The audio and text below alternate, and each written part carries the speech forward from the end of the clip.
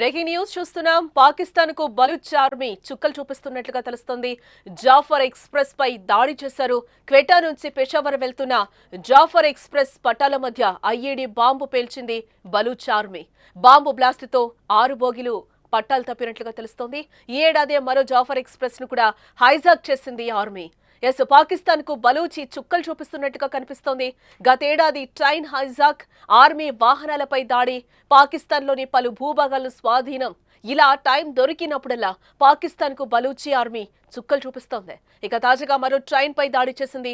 ఉగ్రవాదులు రైలు మార్గాన్ని లక్ష్యంగా బలూచి సింధ్ ప్రావిన్స్ లోని జకోబాబాద్ సమీపంలో రైల్వే ట్రాక్ పై శక్తివంతమైన బాంబు పేలింది. ఈ ఘటనలో అటుగా వెళ్తున్న జాఫర్ ఎక్స్ప్రెస్ రైలుకు చెందిన 6 బోగీలు పట్టాలు తప్పాయి. ఈ విషయాన్ని స్థానిక మీడియా వర్గాలు వెల్లడించాయి. క్వెటా నుంచి పెషావర్ కు ప్రయాణిస్తున్న జాఫర్ ఎక్స్ప్రెస్ రైలు జకోబాబాద్ వద్దకు చేరుకున్న సమయంలో ఈ పేలుడు సంభవించినట్లుగా తెలుస్తోంది.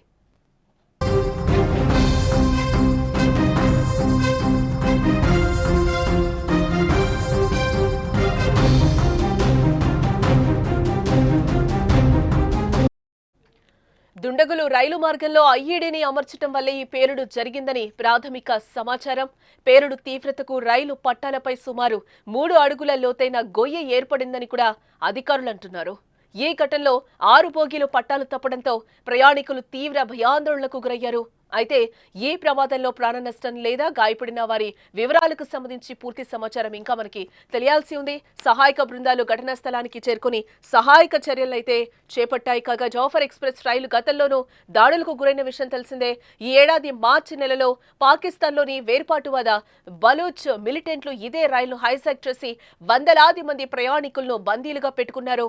వారిని రక్షించేందుకు వెళ్లిన పాక్ భద్రతా సిబ్బందిని కూడా మిలిటెంట్లు హతమార్చారు. అనంతరం పాక్ భద్రతా దళాలు ప్రత్యేక ఆపరేషన్ నిర్వహించి బందీలను విడిపించాయి.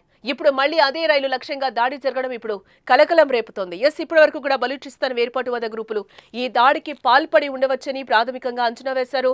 ఈ దాడికి తాము బాధ్యత వహిస్తున్నట్లు బలూచిస్తాన్ లిబరేషన్ ఆర్మీ నుంచి ఇప్పటి వరకు కూడా ఎటువంటి అధికారిక ప్రకటన కూడా ప్రకటించలేదు.